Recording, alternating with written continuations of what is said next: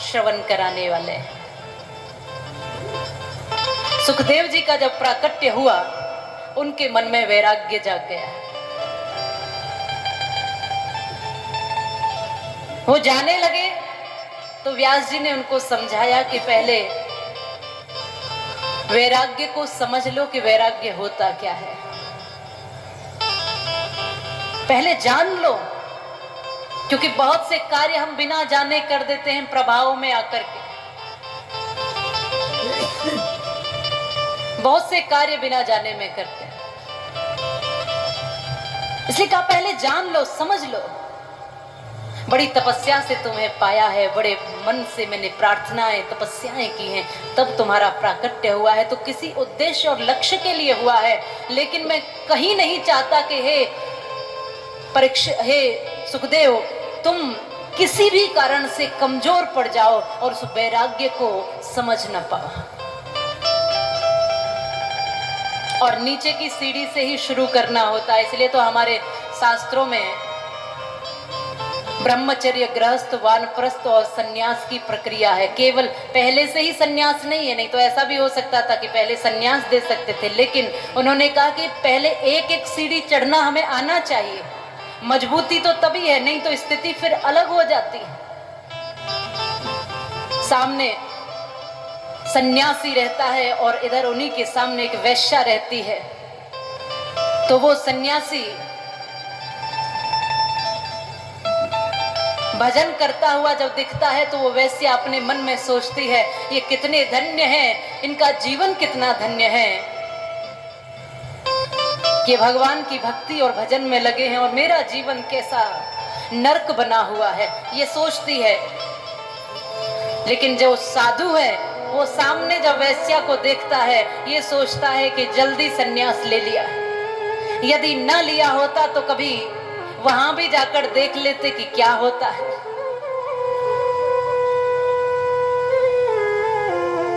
तो ये भटकाव की स्थिति, उस वैश्या को कहते हैं कि स्वर्ग मिला और इनको नरक मिला। कारण क्योंकि उसका चिंतन ये था कि मैं कितनी अभागिन हूं, वो कितने श्रेष्ठ हैं कि परमात्मा की भक्ति में लगे। लेकिन इनका चिंतन वैरागी बनकर के, साधु बनकर के भी वहीं जा रहा है। ये वैराग्य में भी राग ढूंढ रहे हैं। इसलिए मजबूती जरूरी है, इसलिए पहली सीढ़ी चढ़ना जरूरी है। इसलिए हम भी कहते हैं कि भक्ति को पहले समझना जरूरी है। एक एक सीढ़ियां चढ़ो, एक एक कदम समझो, पहले बैठना सीखो, फिर भगवान का भजन, माँ के चरणों में आए हो तो बैठते कैसे हैं, बोलते कैसे हैं, थोड़ी सी देर हृदय में ध्यान कैसे करते हैं, संकीर्तन कैसे करते हैं। हम तो संकीर्तन के समय भी इधर उधर नजर घुमाए रहते हैं। मैं सामने देखती हूँ बहुत लोगों, अच्छा मुझे यहाँ से सब दिखता है, ये ना समझना कि नहीं दिखता। गाएंगे जुव्या से और देखेंगे उधर, माला कान में पड़े चाहे नीचे पड़ जाए। वो स्वागत महाराज जी का नहीं हो रहा, फोटो बढ़िया आनी चाहिए, बस इसकी व्यवस्था है। और मैंने कई बार देखा है, वो माला नीचे से ऊपर चली गई लेकिन उनका ध्यान फोटो में ही है।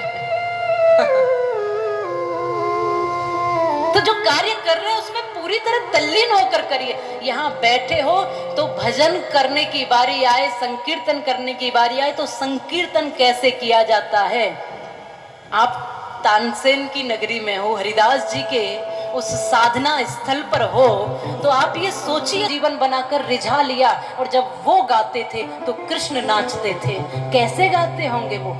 उनकी आवाज बहुत अच्छी थी, बात ये नहीं है, उनका भाव इतना अच्छा था कि बस वो गुनगुनाते थे और कृष्ण नाचते थे।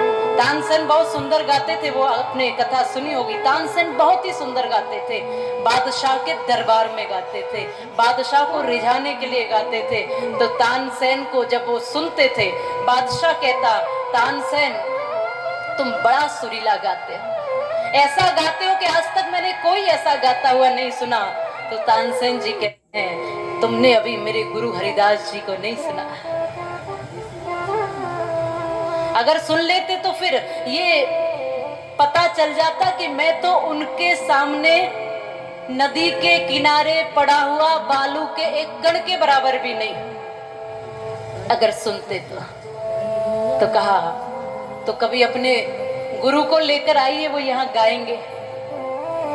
उन्होंने कहा कि क्षमा करना, मेरे गुरु किसी के दरबार में गाने नहीं आते, उनके दरबार में सुनने के लिए जाना पड़ेगा, और वो भी उनका भाव और मन बनेगा तब गाएंगे, किसी के कहने से भी वो नहीं गाते।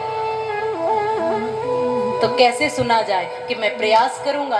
तानसेन जी गए, बादशाह को लेकर और झाड़ियों में खड़ा कर दिया। आप यहाँ ठहरिए, मैं देखता हूँ गुरुजी का इस समय मन क्या है, अगर वो गा पाए तो मैं प्रयास करूंगा। और यहाँ पर तानसेन भी गए और उनको एक उपाय सूझा कि वो जैसे ही गाने लगे तानसेन, तो गलत गा रहे हैं, जानबूझ के गलत गा रहे हैं, और गुरु कभी गलत को देखता नहीं है, गलत देखकर वो उसको सही करने का प्रयास करता है। गलत गा रहे हैं, तानसेन जी को देखा।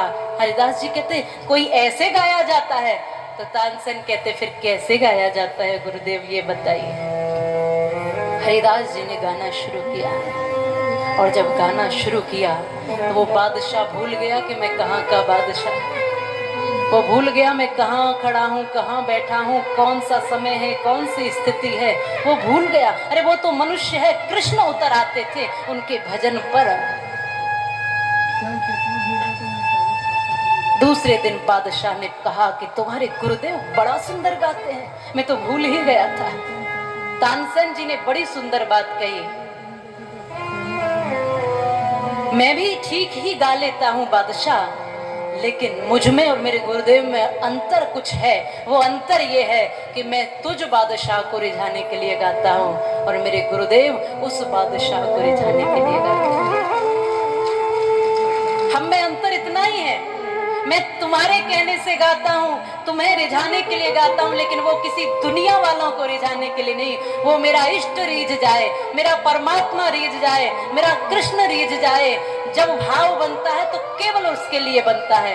इसके लिए उनका जो भजन है वो साधना बन जाता है, भजन बन जाता है। संगीत संगीत नहीं रह जाता, उनका संगीत भक्ति बन जाता है।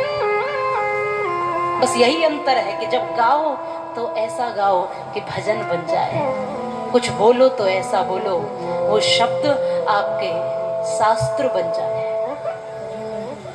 एक बड़ा, जब आप तो इस दरबार में आ ही गए हो, एक बड़ा सुंदर भाव है।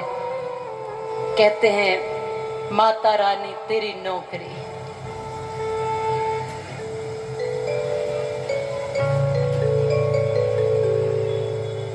पर पूरी ईमानदारी से किया करो। हाँ, सभी को बोल रही हूँ आगे से पीछे तक। और ये न समझना कि वहां कोई रिश्वत चल जाती है, ये न समझना कि वहां कुछ हम कह देंगे तो वो नहीं। उसके लिए सबकी माँ भवानी की नजर में हर एक उनकी संतान है, और वो सब पर कृपा लुटाते हैं। और बड़ा प्यारा सा भाव है।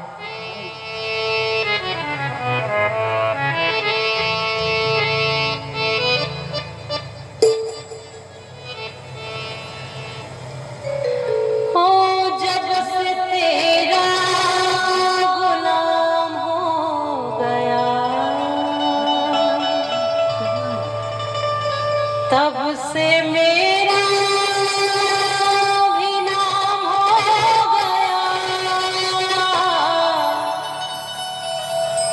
जब से तब से मेरा भी नाम हो गया, तब से मेरा भी नाम हो गया, वरना औकात मेरी सबसे बढ़िया है, सबसे खरी हो।